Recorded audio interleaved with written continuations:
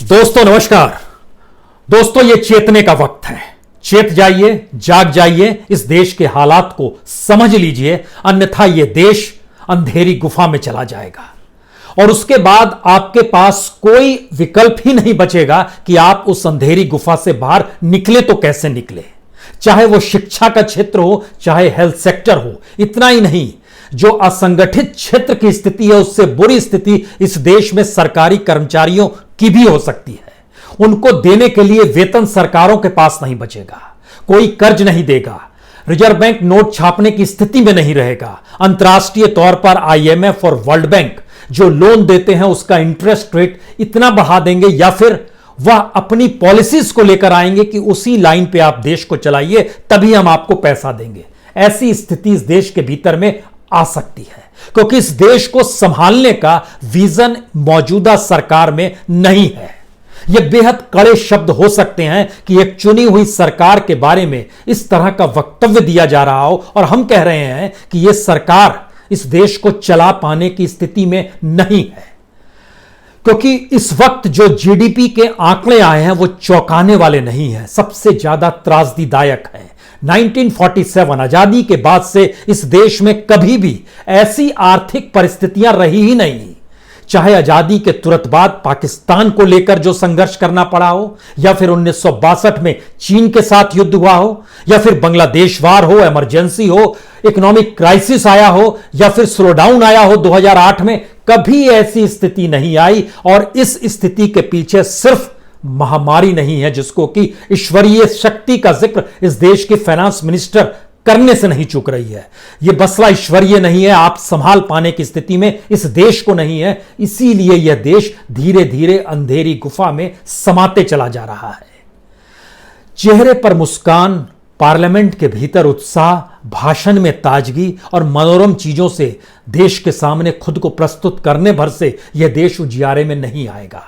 GDP के आंकड़े जो एनएसएनओ अभी तुरंत जारी किए हैं वो बताते हैं कि हमारी जीडीपी जो है 23.9% नेगेटिव में चली गई है। यानी ये श्रिंक जो हुआ है जीडीपी का, वह आजादी के बाद से पहली बार इतना है।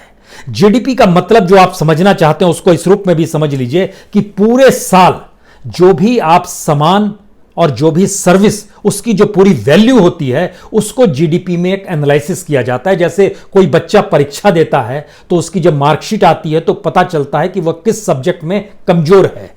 और इस क्वार्टर की यानी अप्रैल मई जून लॉकडाउन के वक्त की जीडीपी ने बताया है कि हम किसी भी सेक्टर में पॉजिटिव नहीं है। कहीं पॉजिटिव है तो वह एग्रीकल्चर सेक्टर में, जिसमें किसानों के लिए इस देश ने कभी कोई काम किया ही नहीं। इस देश में किसानों के लिए इंफ्रास्ट्रक्चर, सिंचाई से लेकर बीज से लेकर खाद से लेकर बिजली तक सिर्फ 27% को यह सुविधा है। बाकी किसानों ने अपने आप खुद को खड़ा किया है।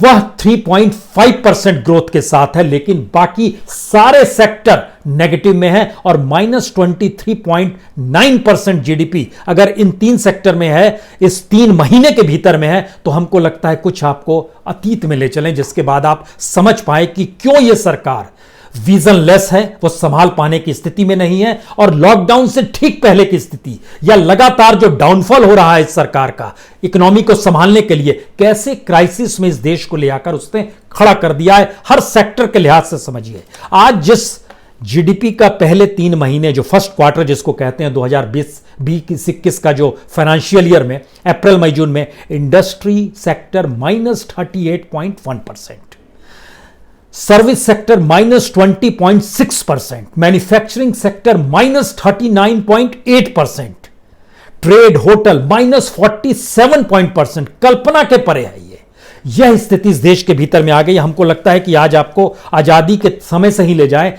सबसे पहले माइनस में हम लोग गए थे 1957-58 में, जब इस देश के भीतर में दूसरा लोकसभा चुनाव हो रहा था। उस समय हम लोग चले गए थे -1.2%। यह जीडीपी की नेगेटिविटी थी 1957 में। उसके बाद 65 में आइएगा तो -2.6। ये ठीक उसके बाद जब युद्ध हुआ था चीन और उसके बाद लाल बहादुर शास्त्री जब इस देश के प्राइम मिनिस्टर बने थे और जिस 1965 में जो पाकिस्तान के साथ वार हुआ था उस समय हमारी इकोनॉमी नीचे गई थी और -2.6% जीडीपी हो गई थी।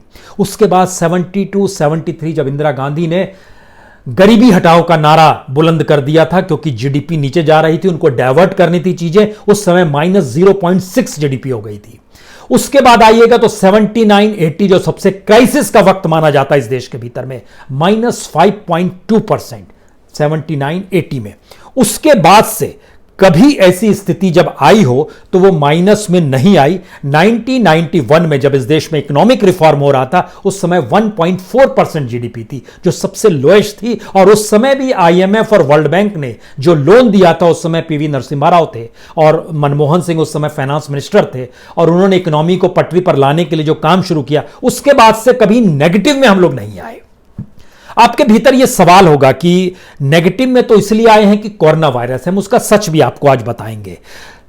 1991 के बाद 2001 में जब अटल बिहारी वाजपेयी थे उस समय सबसे कम जो हमारी जीडीपी गई थी वो 3.9% गई थी। उसके बाद 2011-12 में जब इस समय मनमोहन सिंह की सरकार थी, घोटालों का जिक्र हो रहा था, तब जीडीपी 5.5% गई थी। उसके बाद जब प्रधानमंत्री मोदी बन गए और इकोनॉमी को उन्होंने बोलना शुरू किया कि हम शानदार इकोनॉमी के साथ खड़े हैं और हम हार्ड नहीं हार्डवर्क को जोड़ देते हैं, तो उसके बाद की स्थिति क्या होती चली गई। हमको लगता है कि सबसे बेसिक पॉइंट समझिए, 2018 के फर्स्ट क्वार्टर में 8.2% जीडीपी थी जो मैक्सिमम थी, लेकिन उसके बाद से घटनी शुरू हुई। यानी 2018 के जनवरी, फरवरी, मार्च, अप्रैल, मई, जून यहां तक स्थिति 8% के बाद, उसके बाद जब नीचे आनी शुरू होती है तो 2019 पिछले साल को लीजिए आप, लास्ट ईयर जनवरी, फरवरी, मार्च 5.7%, अप्रैल, मई, जून यानी 2019-20 का जो फर्स्ट क्वार्टर था, जैसे आज फर्स्ट क्वार्टर का जो रिजल्ट आया जिसमें -23.9% है, वह 2019-20 में चले जाएगा 5.2%। उसके बाद जुलाई, अगस्त, सितंबर 4.4%, अक्टूबर, नवंबर, दिसंबर 4.1%, जनवरी, फरवरी, मार्च जो इस साल का था वह 3.3%। ये लगातार हम कम होते चले जा रहे हैं। इकोनॉमी डामाडोल थी इस महामारी के दौर में, उसमें आग इसलिए लगी क्योंकि हमारे पास कोई विजन नहीं था और हमने इस देश को स्टैंड स्टिल लाकर खड़ा कर दिया, यानी जो जैसे वैसे ही अपने घर में बंद हो जाए। पूरी इकोनॉमी को दरवाजे के साथ बंद कर दिया, लोगों को दरवाजे के साथ बंद कर दिया, किसी दिशा में कोई ध्यान नहीं कि, और इन सब के बीच में जब स्थिति हमारी इतनी बिगड़ गई कि जीएसटी और इनकम टैक्स की वसूली भी जो लगभग 30 से 34% तक नीचे चली गई, तब सेंटर ने कहा स्टेट से हम आपको पैसा दे पाने की स्थिति में नहीं होंगे। यहीं से सबसे बड़ी बात निकलती है इस देश में। हम क्यों आपसे कह रहे हैं कि जाग जाइए? इसलिए कह रहे हैं क्योंकि आजादी का मतलब कभी पॉलिटिकल और सिविल एस्पेक्ट नहीं होता है, बल्कि इकोनॉमिक एस्पेक्ट भी होता है, सोशल एस्पेक्ट भी होता है। और जो एजुकेशन है, जो शिक्षा है, जो नौकरी करने वाले उनको जो वेतन है, जो बेसिक राइट्स है, अगर वो आपको ना मिल रहा हो तो फिर आजादी का क्या मतलब है? हम लोग एक ऐसी स्थिति में आ गए, हम उस दिशा में आपके पास आए उस फैक्ट एंड फिगर के साथ। उससे पहले इस बात को भी समझ लीजिए कि क्यों हम इस बात का जिक्र आपसे करना चाह रहे हैं कि इन्होंने स्थिति पहले से बिगाड़ी है। और हमको लगता है कि जनवरी से मार्च तक तो कुछ भी नहीं था, उस समय का डाटा देखिए, और अप्रैल से जुलाई तक का डाटा देखिए, जरा इसको समझने की कोशिश अब कीजिएगा। मैन्युफैक्चरिंग जनवरी से मार्च में ही माइनस में चली जा चुकी थी, -1.4, जो मैन्युफैक्चरिंग आज की तारीख में बढ़ते बढ़ते जुलाई तक में 38% नीचे आ चुकी है, जिसमें इंडस्ट्री ग्रोथ जो है -38% हो गया है। कंस्ट्रक्शन जनवरी, फरवरी, मार्च यानी लॉकडाउन नहीं हुआ था, महामारी नहीं आई थी, -2.2% में वो आ चुका था, वो आज की तारीख में -42% हो गया है। जो ट्रेड, होटल, ट्रांसपोर्ट, कम्युनिकेशन जो इस दौर में काम ही नहीं कर रहे थे वो -44% तक पहुंचे हैं। लेकिन जनवरी, फरवरी, मार्च में भी दुनिया के तमाम देशों की फहरिस्त में भारत सबसे कम था, 2.6%, वह भी नीचे आ गया था। माइनिंग जो दुनिया में 10% से ऊपर रहती है, जनवरी, फरवरी, मार्च में हम उसमें 5.2% पे आ गए थे, आज की तारीख में -22% पे खड़े हैं। किसी भी सेक्टर का जिक्र करेंगे, फाइनेंस, रियल एस्टेट का जिक्र करेंगे, तो जनवरी, फरवरी, मार्च में 2.4% पे आ गए थे, जो कि एवरेज दुनिया के तमाम देशों में 8% से ज्यादा आ रहा। हम आज -9% हैं, यानी दुनिया के तमाम देशों की तुलना में हम बहुत पीछे हैं। हम कोई संभाल पाने की स्थिति में नहीं है, क्योंकि हमने जो निर्णय लिए वो लोगों को स्टैंड स्टिल कर दिए। और यहीं से ये सबसे बड़ा सवाल निकला कि जब हमारी जीडीपी इतनी श्रिंक कर जाएगी, और जब भी जीडीपी श्रिंक करती है तो उसका मतलब बहुत साफ होता है कि साल भर होने वाले जो भी सामान होते हैं, जो भी सेवा होती है, उनकी कुल वैल्यू को जीडीपी से जोड़ा जाता है।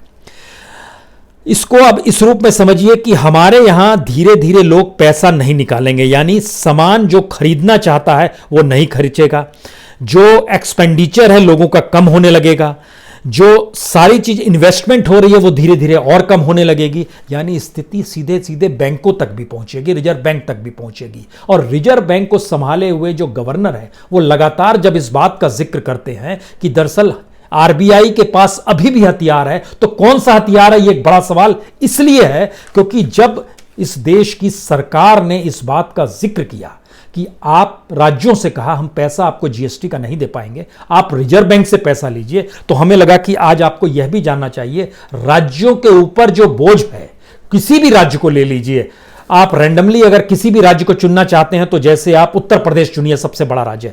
उत्तर प्रदेश में इस बार का जो बजट आया और आज जो स्थिति है, जरा इसको समझिए।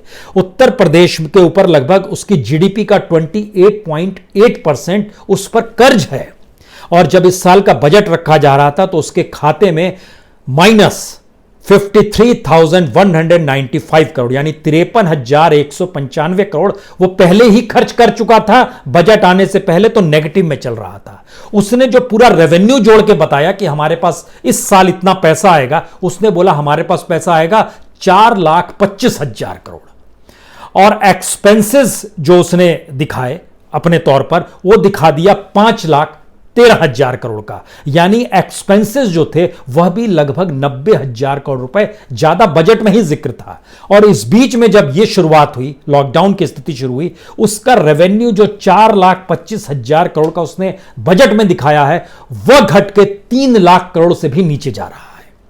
कहां से पैसा आएगा? एक्सपेंस कम कर पाने की स्थिति में नहीं है, क्योंकि एक्सपेंडिचर सरकार के हों या फिर इस महामारी से लड़ने के लिए लगभग 13% एक्सपेंडिचर सरकार का खर्च हुआ है, वह भी एक्सपेंडिचर कहां से पैसा आएगा? कोई रेवेन्यू का स्टाइल ही नहीं है।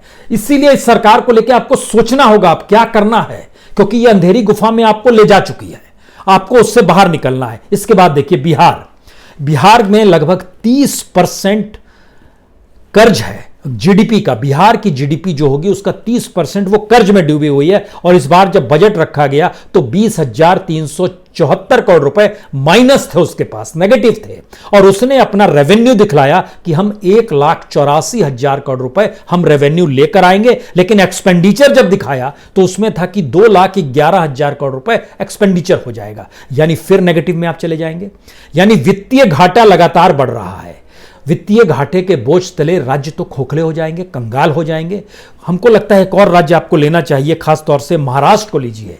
महाराष्ट्र की स्थिति में लगभग 16% उसके ऊपर कर्ज है, उसकी अपनी जीडीपी जो सबसे बड़ी जीडीपी देश के अन्य राज्यों के मुकाबले में है, उसके ऊपर जो बजट बैलेंस आया वो माइनस में लगभग 54,618 करोड़ 54,618 करोड़ माइनस पैसा था, यानी वो पहले खर्चा हो चुका है। उसके बाद इन्होंने अपना रेवेन्यू दिखलाया 3,49,000 करोड़, और जो एक्सपेंसेस दिखाए वो 4,34,000 करोड़।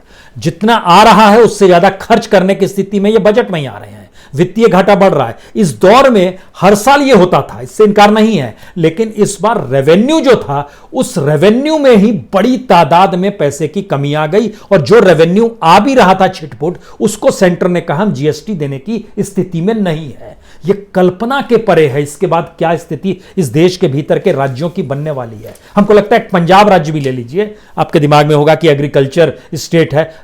पंजाब के ऊपर तो सबसे ज्यादा 38% उस पर कर्ज है, और उसने जो अपना बजट बैलेंस दिखाया उसमें 18,828 करोड़ नेगेटिव थे।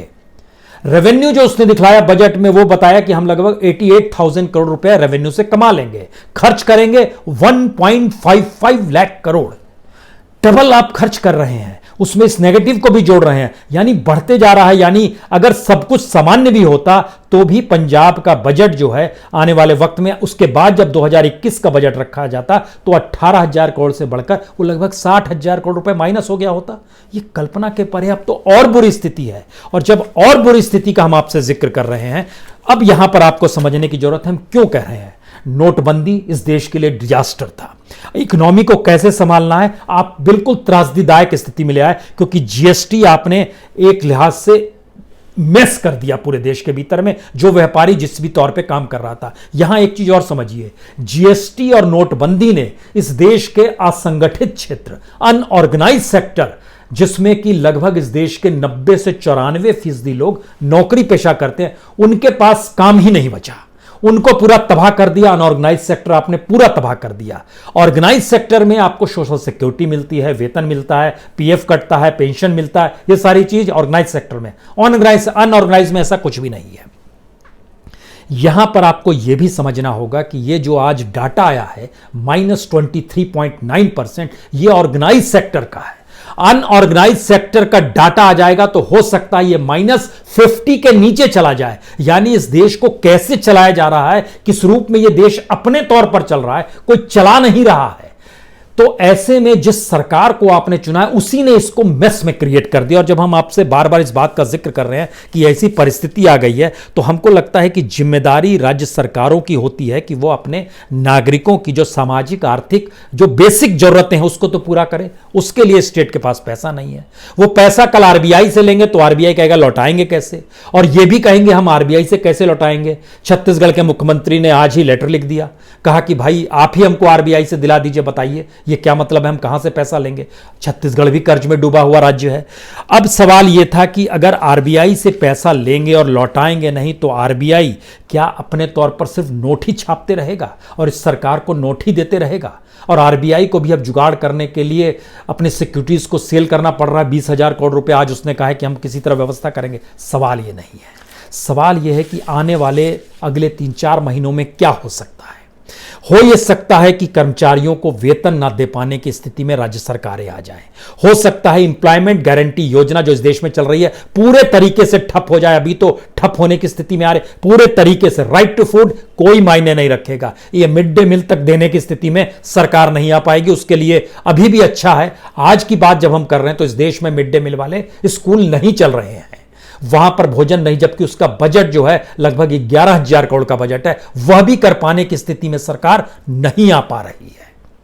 तो फिर इन जगहों से इस रूप में पैसा बचाएंगे या फिर इस देश के हवाई अड्डे को, रेल को, बंदरगाहों को सबको बेचकर पैसा कमाएंगे, बैंकों को आप सेल करके पैसा कमाएंगे, कैसे चीजों को करेंगे। आपने जितने भी बात डिसइन्वेस्टमेंट में की थी, खरीदार नहीं मिल रहे हैं, कोई पैसा नहीं दे रहा है, तारीख दर तारीख आप बढ़ा रहे हैं, किसी तरीके से अपने आप को सांत्वना दे रहे हैं, फिर भी ये सरकार को क्यों रहना चाहिए और इसका अल्टरनेटिव हमें क्यों नहीं अब खोजना चाहिए। हम इस बात का इसलिए जिक्र कर रहे हैं क्योंकि आप लोगों से चीट कर सकते हैं। जैसे आपने कहा 20 लाख करोड़ रुपए हमने इस महामारी के दौर में एक पैकेज दिया है। यकीन जानिए ये सिर्फ ऐलान हुआ है, पैसा नहीं दिया गया है। जिस एवज में पैसा, चाहे वो एमएसएमई का ही जिक्र कर लीजिए, जहां लगभग 3 लाख करोड़ देने का जिक्र था, एमएसएमई संभाले हुए लोगों से बात कीजिए, वो खुद ही बता देंगे नहीं मिला है पैसा। और इस रूप में जितना कम पैसा दिया जा रहा है उससे चीजें संभलेंगी नहीं। यह भी एक दूसरा सच है। आप लोगों से चिट कर सकते हैं, आप चाहेंगे तो डाटा चेंज कर सकते हैं, जिस डाटा का जिक्र बार बार इस देश में होते रहा है कि आप डाटा बदल के बताते रहे खुशहाली। इस बार शायद यह डाटा इसलिए नहीं बदल पाए क्योंकि इकोनॉमी डाटा बदलने से ठीक नहीं होगी। इकोनॉमी के लिए सबका पेट भरा होना चाहिए, रोजगार चलना चाहिए, इंडस्ट्री चलनी चाहिए, कॉरपोरेट का काम होना चाहिए, सर्विस सेक्टर वर्क कर रहा, सारी चीजें ठप है, सभी दिखाई दे रहा है नेगेटिव में। तो फिर कैसे आप चीजों को संभालेंगे? और अगर नहीं संभाल पाएंगे तो फिर आप अब डाटा को चेंज नहीं करेंगे। लेकिन इस डाटा को दिमाग में हमेशा रखिएगा, इस देश के ऑर्गेनाइज सेक्टर का ये डाटा है। अनऑर्गेनाइज सेक्टर का डाटा जिस दिन इस देश के सामने आएगा तबाही मच जाएगी। ऐसी स्थिति इस देश में कभी नहीं आई जो इस देश की दिशा में हम बढ़ते चले जा रहे हैं।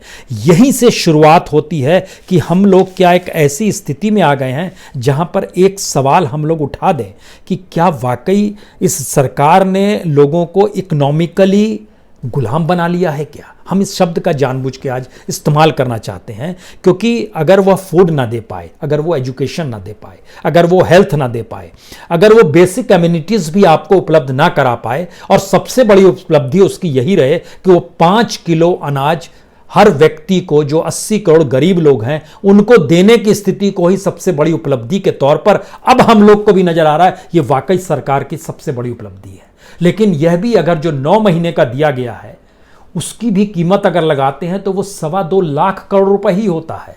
और इस देश का सच क्या है यह भी जानिएगा। देश किस रूप में कंगाल होते चला जा रहा है, हमको लगता है यह भी जानना चाहिए। यह इसलिए जानना चाहिए क्योंकि कितना घाटा अलग अलग सेक्टरों में किस किस रूप में हो गया है। हमको लगता है पिछले साल से ही तुलना करते हैं मैन्युफैक्चरिंग सेक्टर में, लास्ट ईयर जो ग्रोथ था उसके जरिए 6,94,993 का ग्रोथ था। वह 2020-21 में घटकर जो आ रहा है वो 4,46,000 करोड़ आ रहा है, यानी लगभग 2.5 लाख करोड़ रुपए मैन्युफैक्चरिंग सेक्टर में गायब हो गए।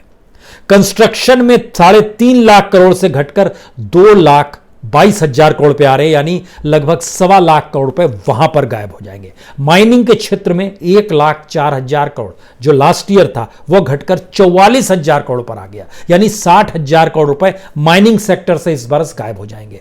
अगर यह स्थिति धीरे धीरे, और खासतौर से हमको लगता है ट्रेड, होटल, ट्रांसपोर्ट, कम्युनिकेशन और जो ब्रॉडकास्टिंग का इलाका जो है ना, जो चैनलों के दायरे में भी आते हैं, उसको भी जोड़िएगा तो तकरीबन लास्ट ईयर 8,06,915 करोड़ ये लास्ट ईयर का डाटा है। इस बार का ग्रोथ वो घट के 5,22,881 करोड़, यानी 2,84,000 करोड़ जो है वो माइनस होते चला जा रहा है। हमारे पास कहां चीजें बच पा रही है, इकोनॉमी आप संभाल नहीं पा रहे हैं। जो पैसा आना चाहिए वो अब आएगा नहीं, खर्च जो करने की स्थिति में है आप उसको रोक लगा पाने की स्थिति में नहीं आ पा रहे हैं, क्योंकि आपके पास कोई ऐसा विजन नहीं है।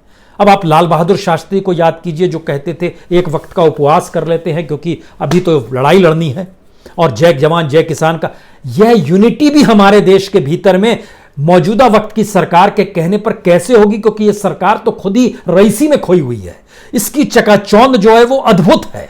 उसको कोई शर्म नहीं है कि हम इस रूप में कैसे जी सकते हैं। इस देश की स्थिति जब एक कंगाल परिस्थिति में पूरा देश जा रहा है तो भी आप रईसी में जिएंगे। पार्लियामेंट शुरू करने वाले हैं, जो सबको पता है कि पार्लियामेंट डबल शिफ्ट की अब चलने वाली है। एक शिफ्ट में अगर चलती थी तो 2.6 लाख रुपीज उस पर खर्च होते हैं, 2,60,000 रुपए। आप कहीं भी राशनिंग नहीं कर पाते हैं, कोई आपके पास विजन नहीं आता है कि आपको जिंदगी कैसे जीनी है, इस देश को कैसे चलाना है। सारी चीजें, स्थिति लगातार आपके हाथ से निकलती जा रही है। समझने की जरूरत बहुत ज्यादा होती चली जा रही है कि आपको करना क्या है और कैसे करना है। कुछ उपाय जो बार बार इस देश के भीतर में आते हैं कि इकोनॉमी को अगर आपको संभालना है तो कम से कम डिमांड पैदा करने के लिए पैसा बांटिए। फूड ग्रेन्स जो है 5 किलो से काम नहीं चलेगा, 10 केजी देना शुरू कीजिए। एम्प्लॉयमेंट गारंटी को दुगना कर दीजिए। आप अपने तौर पर जो राज्यों को पैसा है उसको पैसा दीजिए लोगों से। कल से जो शुरू हो जाएगा कि जो EMI आपको देनी थी, ये कमाल की स्थिति है। EMI में आपको अब इंटरेस्ट के साथ देना है, यानी इतने दिन हम लोग स्टैंड स्टिल की स्थिति में थे, जो EMI चुकानी होगी उसमें हमको पैसा देना है। और ये सरकार में फाइनेंस मिनिस्टर कहे कि ईश्वरीय सोच है ऐसी कि इस बार जो महामारी आई है, महामारी से पहले की स्थिति को देखिए, दुनिया के किसी भी देश से तुलना करना शुरू कीजिए, समझना शुरू कीजिए। किसी एक सेक्टर को उठाइए, इंपोर्ट को उठाइए या एक्सपोर्ट को उठाइए, किसी भी देश के साथ जो आपके व्यापारिक संबंध है उसको उठाइए। जब आप एनालिसिस करना शुरू करेंगे तो आप समझ जाएंगे कि 2017 के बाद से इस सरकार के हाथ से इस देश की इकोनॉमी के धागे सारे टूट चुके थे, निकल चुके थे। उसके बाद यह देश अपनी स्थितियों में जी रहा था, अपने तरीके से चल रहा था जो चीज चल रही थी। इस महामारी ने यह काम जरूर किया कि 3 महीने जब इस देश की पूरी तरह बंद कर दिया गया और उसके बाद इस देश को चलाना है तो सबकी आंखों से सारे नूर गायब हो गए हैं। कैसे आप चीजों को संभालेंगे? आजादी के बाद की सबसे विकट आर्थिक परिस्थितियों को जीने के लिए उसी सरकार के हाथों हमको उजाले में आने की सोचना है जिस सरकार ने अंधेरे में पहुंचा। क्या यह संभव है? कैसे संभव है? अब सवाल यह नहीं उठता है कि इसके तरीके, तौर तरीके क्या होंगे। इस देश के भीतर में जो छात्र जो संघर्ष कर रहे हैं कि परीक्षाओं को लेकर स्टूडेंट्स स्कूल नहीं जा पा रहे हैं, ऑनलाइन का इंफ्रास्ट्रक्चर हमारे यहाँ एवरेज जो है वो 27% को पार कर पाने की स्थिति में नहीं आ पा रहा है, तो क्या आर्थिक तौर पर इस देश को पूरी तरीके से लोगों को बंधक बना लिया जाएगा और कल आने वाले वक्त में कहेंगे कि हम लोग फाइनेंशियल इमरजेंसी का ऐलान करते हैं जिसमें अब हम ही सारी चीजें तय करेंगे, आपको कितने पैसे बैंक से मिलेंगे, कितनी रोटी आपको खानी चाहिए। और ये गुलामी एक जीती हुई सरकार जो बहुमत के साथ सत्ता में मौजूद है, अगर वो ना संभाल पाए तो क्या 5 साल इंतजार किया जाए? ये सोचिए जरूर अब, क्योंकि यह स्थिति बिगड़ेगी। और अभी तो सिर्फ अप्रैल मई जून का आया और हम लोग सितंबर में घुस चुके हैं। जुलाई में कोई काम नहीं हुआ, अगस्त में कोई काम नहीं हुआ, सितंबर में भी तमाम जगहों पर लॉकडाउन हो गई है। ये 3 महीने के जब रिजल्ट आएगा तो उसके बाद हम लोग 3 महीने आगे बढ़ चुके होंगे, यानी अक्टूबर नवंबर दिसंबर में अब इस 3 महीने का रिजल्ट आएगा। इस बीच में सोचिए क्या स्थिति इस देश की होने वाली है। संभल जाइए, जाग जाइए, होश में आइए। देश को कम से कम अंधेरी गर्त में जाने से रोकने के लिए आवाज तो निकालना शुरू कीजिए। बहुत बहुत शुक्रिया, बहुत बहुत शुक्रिया।